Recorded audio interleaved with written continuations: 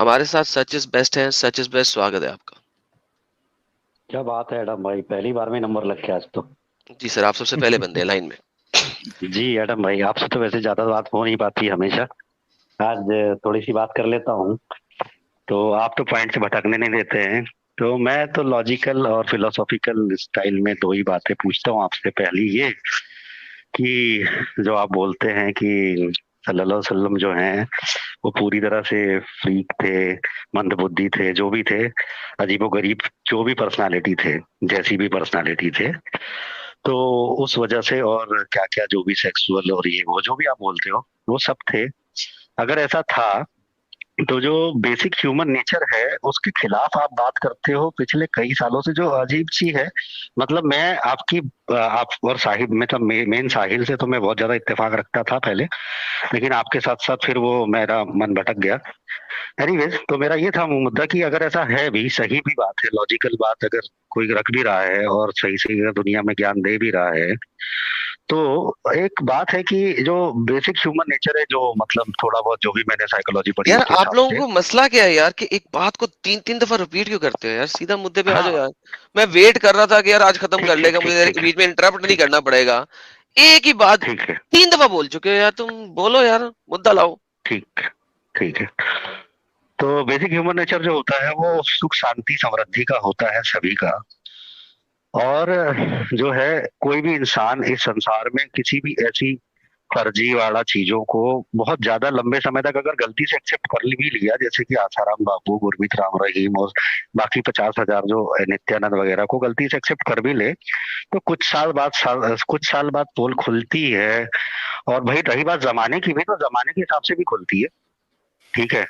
अब आप ये बोल सकते हो कि ये पोल खोलने वाले आप हो 1400 साल बाद। हालांकि 1400 साल से चल रहा है। अगर आपको भी सही मान लिया जाए कि इसके पहले 1400 साल तक आपके जैसे लॉजिकल लोग नहीं आए थे, अब आए हैं, अब जाकर साहिल, समीर, एडम, सचवाला, तो भी ये बात समझ नहीं आती कि इसको आप लोग जिस तरह से प्रेजेंट कर रहे हो, गलत तरीके से, गाली गलौज से, लड़ाई झगड़े से, तो इस तरह से किसी इंसान पे इम्पैक्ट कब होगा? मतलब ढंग के अच्छे इंसान पे इम्पैक्ट कैसे होगा? जो देखिए, अपने को ताली नहीं बस बजवाना हो ना गया, सिर्फ। सवाल हो गया, सवाल हो गया, बस। इससे ज्यादा नहीं, मैं दूसरी एक बर्दाश्त और नहीं कर बात थी सकता। सर, दूसरा नहीं नहीं, पॉइंट, वो बाद एक में। दूसरा पॉइंट। पहली सर, बात, जी पहली बात जी खत्म सर। करना। एक तो आपका सवाल आते आते जो है ना वो क्यामत आ जाती है, आपका सवाल नहीं आता आप लोगों का। पहले जी। क्या बोले सब भूल जाते हैं। हाँ, वो पहली 5 मिनट पहली तकरीर ही इतनी लंबी होती है कि सवाल आते आते जो है बंदा सोचता है कितने शुरू की थी, कितने खत्म होया। यार सवाल किया करो, शॉर्ट में किया करो, अपने बात को शॉर्ट में रखने की कोशिश किया करो। मैंने पूरी लाइफ ऑफ मोहम्मद जो है ना 30 मिनट में बता दी। अच्छा अब सुनो, ये हम लोग पहले लोग नहीं है जिन्होंने शुरू किया। अगर आप हिस्ट्री खोलते हो तो मनसब का नबीयन फ़क्तलू वाला सिलसिला कब शुरू हुआ? अगर आप ये देखते हो कि ये बात 10वीं सदी ईस्वी में शुरू हुई। 10वीं सदी ईस्वी में सबसे पहले ये मनसब का नबीयन फ़क्तलू वाला सिलसिला शुरू हुआ और उसको कुतुब सित्ता के डिफरेंट नैरेटिव से मिला के उसको शुरू किया गया। उसके बाद 12वीं सदी ईस्वी में इस फ़क्तलू को सबसे ज्यादा इंपॉर्टेंस मिली। ठीक है।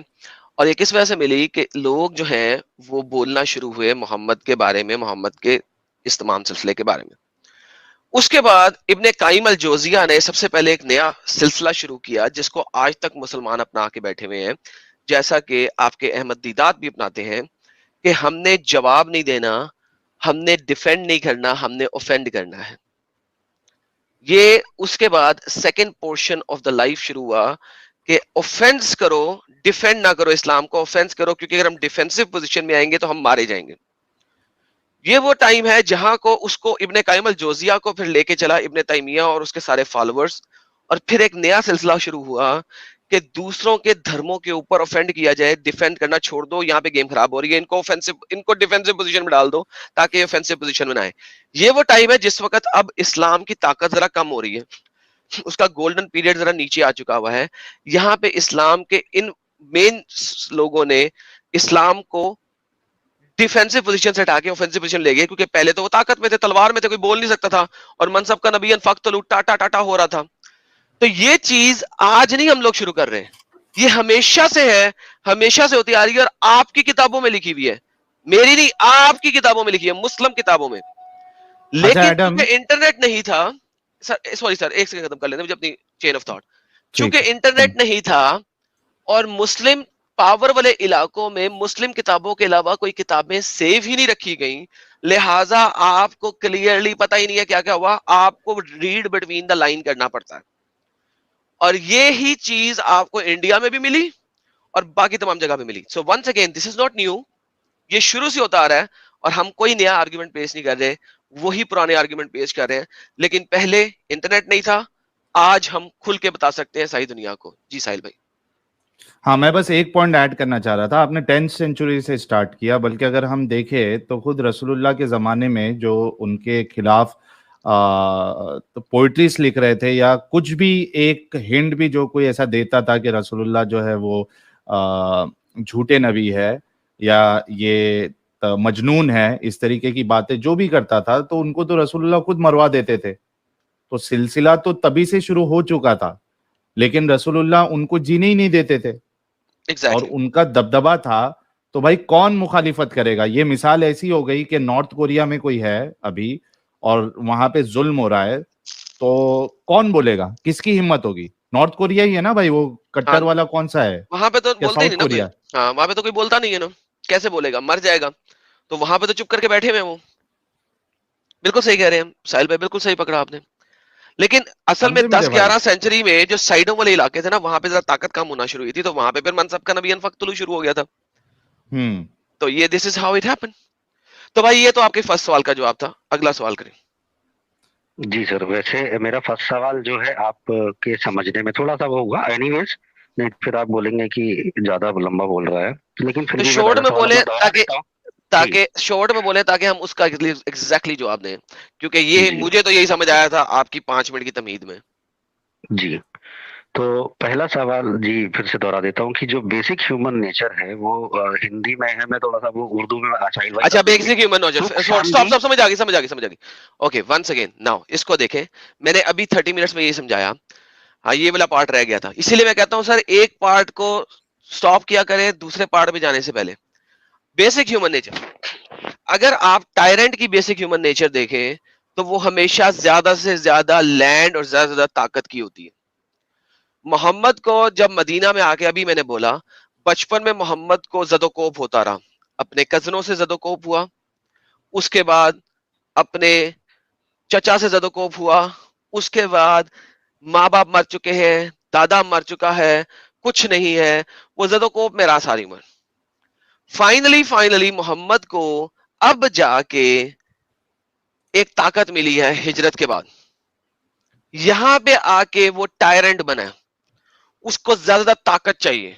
एक टायरेंट को हमेशा ताकत चाहिए होती है, more man power, more money, मोर फीमेल्स, मोर लैंड। और मोहम्मद की जिंदगी में देखो, मदीना आने के बाद सारी उम्र सिर्फ और सिर्फ उसने यही मांगा है, यही किया है। More women, more power, more land, more people. जी सर। सर जो आपने डेफिनेशन बोली है वो बेसिक ईगोइस्टिक मैन की डेफिनेशन बोली है, ज्यादा शक्ति, ज्यादा ताकत, टायरेंट, ज्यादा पावर, ज्यादा। टायरेंट, हाँ, टायरेंट टायरेंट का की मुझे डेफिनेशन मतलब है नहीं जी, पता। टायरेंट टायरेंट मतलब।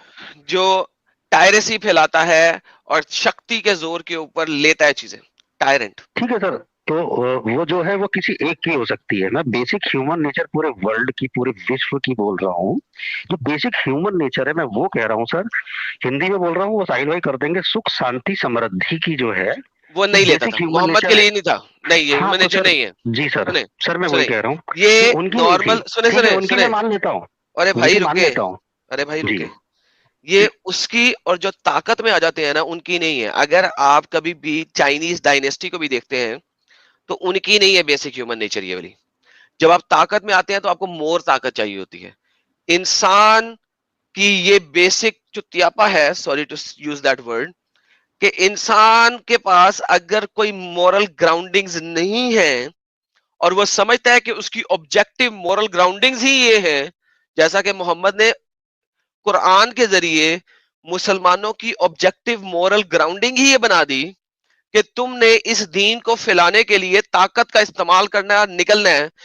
इसीलिए मोहम्मद कामयाब भी इसीलिए हुआ था।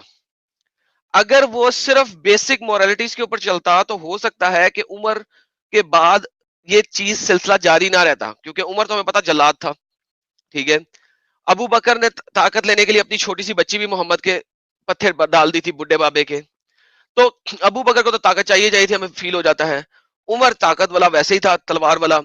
हो सकता है उसके बाद ये ना चलता सिलसिला, लेकिन मोहम्मद ने आप लोगों की ऑब्जेक्टिव मोरालिटी में एक दीन घुसेड़ दिया, दीन का टीका घुसेड़ दिया, कि तुम्हारी ऑब्जेक्टिव मोरालिटीज में ये चीज डाल दी कि this is good, do that. अब अगर आपको ये बताया जाए कि इस दुनिया में मरने के बाद ये करोगे तो जन्नत पक्की है, तो वो बंदा करेगा, और यही होता आया। So this is how you change. सो मुझे ये ना बताओ कि इंसान की बेसिक ये होती है, नहीं। ऑब्जेक्टिव मोरालिटीज आपको मिलती है कुरान और हदीस से, आपको लोगों की मॉरल सब्जेक्टिव वैल्यूज से कोई सरोकार नहीं होता एक मुसलमान को। जी साहब। जी एडम सर, मैं ये बोल रहा हूँ, आप सही कह रहे मैं हैं। एक पॉइंट वो ऐड कर देता हूं, सच इज बेस्ट साहब, एक मिनट रुकना। एक तो टायरेंट को तानाशाह बोलते हैं, अगर आपको नहीं समझ में आया, सच इज द बेस्ट। और दूसरा, एडम ने बताया कि भाई ये करोगे तो जन्नत मिलेगी, ठीक है। लेकिन अगर आप उस दौर को देखो, आप रसूलुल्लाह के दौर को देखो, और सहाबा को जिस तरीके से रसूलुल्लाह ने वर्गलाया, तो सिर्फ जन्नत का लालच नहीं दिया एडम, बल्कि दुनिया में अगर दुनिया दुनिया में में भी जन्नत अगर दी। आप जीत जाते हो, हाँ, तो आपको लौंडिया मिलेगी, आपको माले गनीमत मिलेगा। तो दुनिया की भी लालच दी रसूलुल्लाह ने, और एक आगे की सोच, यानी एक इंसान को पूरा बांधने के लिए उसको क्या किया कि इन केस अगर आपको दुनिया में नहीं मिलती, आपको मौत हो जाती है, आप शहीद हो जाते हो एज पर इस्लाम, तो आपको फिर जन्नत में सीधा फिर आपको जो है वो 72 हूरें मिलेंगी, या इस तरीके की बातें आपको मिलेंगी। तो दोनों जगह पे रसूलुल्लाह ने साइकोलॉजी के साथ खेला है लोगों के, और वो लोग बेवकूफ बने हैं। तो दोनों चीजें जी। जी सर, मैं समझ गया, आपके दोनों पॉइंट समझ गया कि जो रसूलुल्लाह सल्लल्लाहु अलैहि वसल्लम हैं, उन्होंने बहुत सारे यानी साइकोलॉजी से खेला, इधर का भी लालच दिया, उधर का भी लालच दिया लोगों को, और अल्लाह का खौफ भी दिखाया। एक जो भी झूठा अल्लाह गढ़ा या जो भी गढ़ा, तो उसकी वजह से लोगों को धीरे धीरे डर में, खौफ में, और कुछ लोगों को लालच में, और कुछ लोगों को किसी और वजह से एंड ऑफ द डे उनके साथ धीरे धीरे होना पड़ा।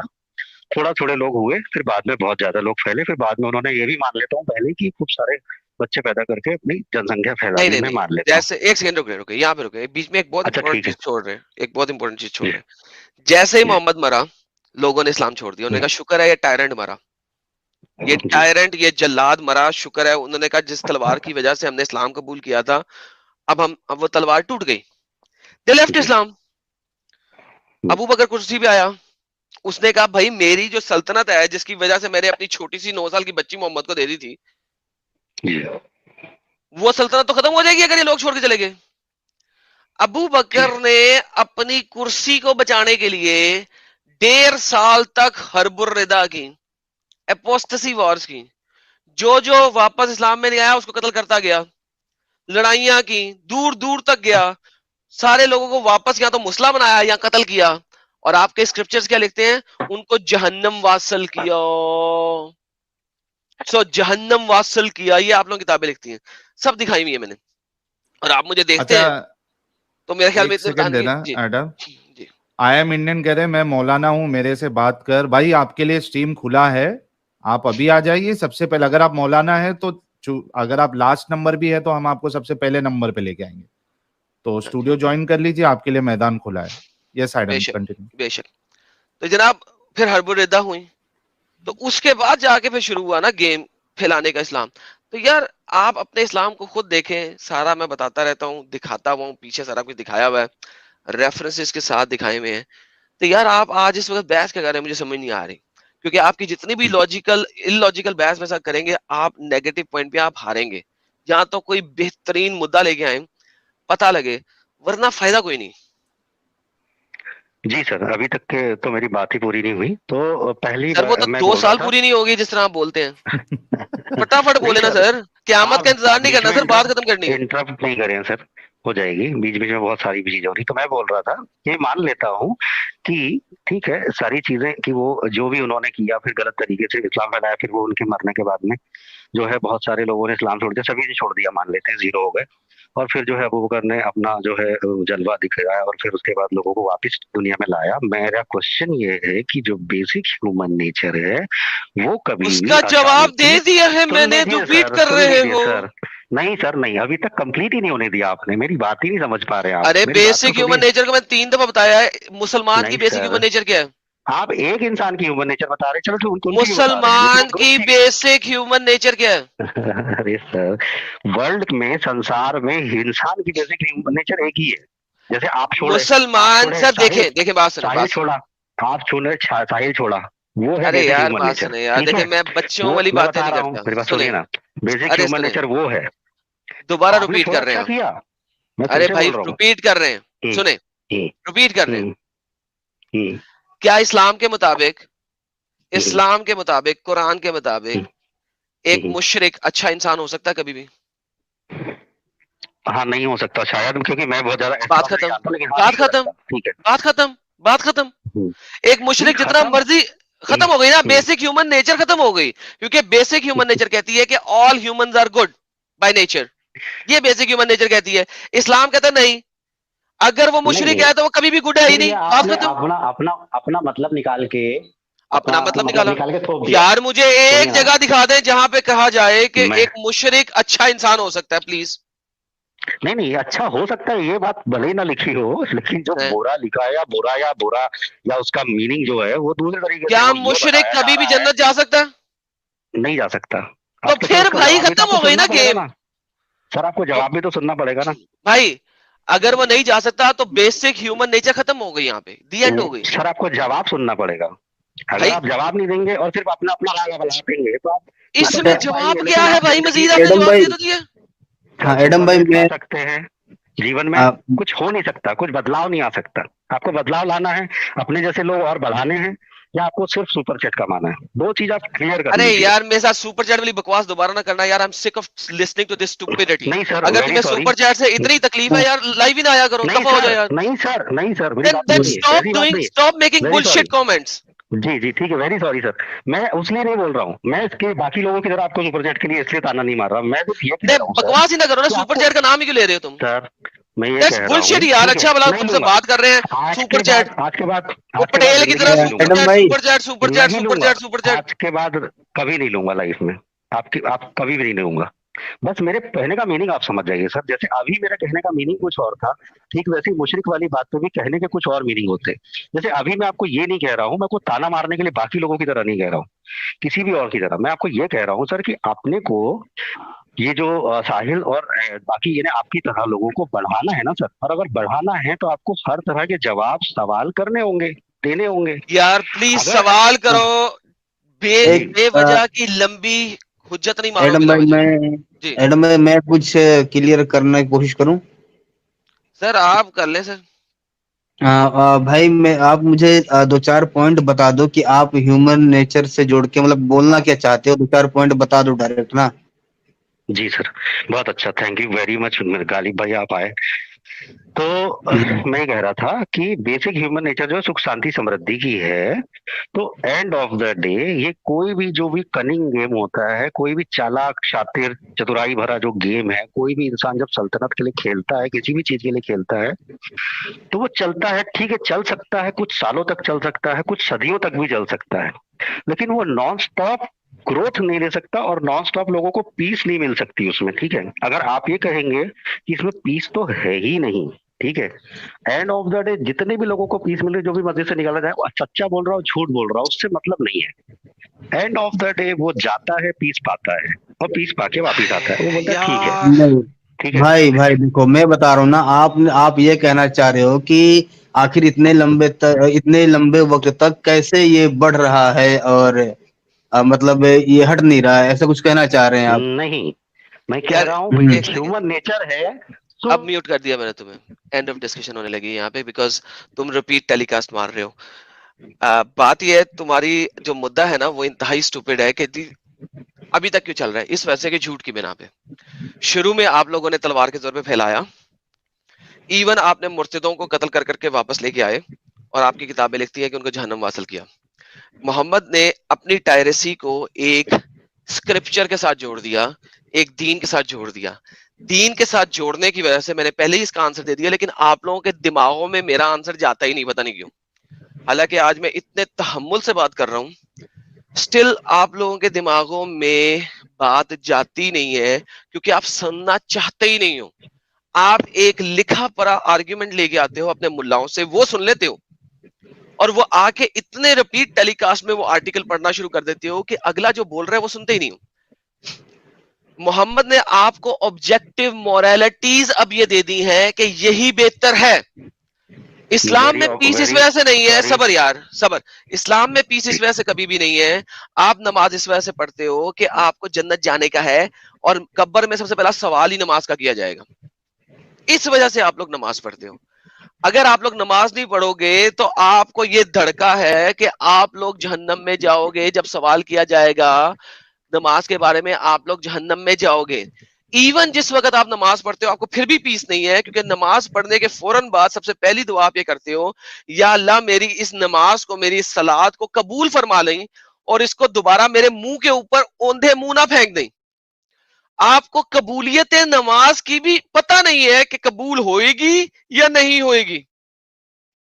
इस लेवल पे आप लोगों को हर वक्त डर है। तो पीस कहां है? Where is piece?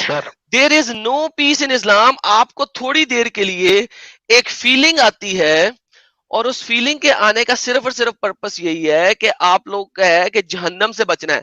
आप लोग हमेशा डर में हो, you are never in peace. अगर एक वक्त की नमाज पढ़ के आप बंदा बोल दे रहा कि मैं पीस में आ जाता हूं, झूठ बोलता है। वो पीस में आता है टेम्परेरीली, उसके बाद उसे अगली नमाज का डर है, और फिर उसने हर वक्त डर में ही रहना है। This is a life, a cult of fear, spreaded bye fear, for fear, gaining the power of the world. This is the reality my friend. अब मजीद इसको, मदानी को मत रगड़ना, पानी है, रगड़ने से लस्सी नहीं बनेगी। कुछ और हुज्जत है तो दे दो, वरना कोई फायदा नहीं रखने का। कोई हुज्जत नहीं देता हूँ सर, बस इतना बोल देता हूँ, कसम पैदा करने वाली माँ की, हालांकि ये इस्लाम में कसम हराम है, लेकिन इसलिए आप लोगों के अकॉर्डिंग खा लेता हूँ, नहीं तो आप लोग बोलोगे कि ये तो सब यार मेरे अकॉर्डिंग कसम ना खाओ यार। तो मैं कसम पैदा करने वाली माँ की, मैंने ही कोई क्वेश्चन किसी मुल्ला से नहीं लाया। ये सब मेरे नॉर्मल जनरल क्वेश्चन है। जब से ये मूवमेंट चालू है मैं सेकंड क्वेश्चन कर लेता हूँ, नहीं तो फिर आप बोलोगे और फिर बैक स्टेज में डाल दोगे, भगा दोगे। अच्छा, सेकंड क्वेश्चन कर लेता हूँ। सेकंड क्वेश्चन सर इतना है कि आप सब लोग बिल्कुल अगर ट्रुथ मान लेते हैं, आपको एकदम ट्रुथ है, आप लोग एकदम सत्य, मतलब सत्य जैसा, सत्य की तरफ बढ़ते हुए लोग हैं, तो भी आपको एंड ऑफ द डे ये सब कुछ सत्य साबित करने के लिए, सब कुछ सच साबित की मतलब नहीं है, साबित तो ये ऑलरेडी है, आप तो लॉजिकल बता रहे हो, लेकिन आप लोगों को कहीं ना कहीं दुनिया को एक इम्प्रेस करने के लिए, एक इम्प्रेस भी नहीं वर्ड, यानी आपको जाना होगा, आपको हर शर्त मान के हर किसी को तबाह नेस्तो नाबूद करना होगा। आप ऐसे, भले वो झूठ बोल रहा हो ज़ैद पटेल, भले ही यासिर अलवादी भी। ओके ठीक है, थैंक यू। सबको नीस्तो नाबूद करना पड़ेगा, यही बेसिक प्रॉब्लम है इस्लाम की।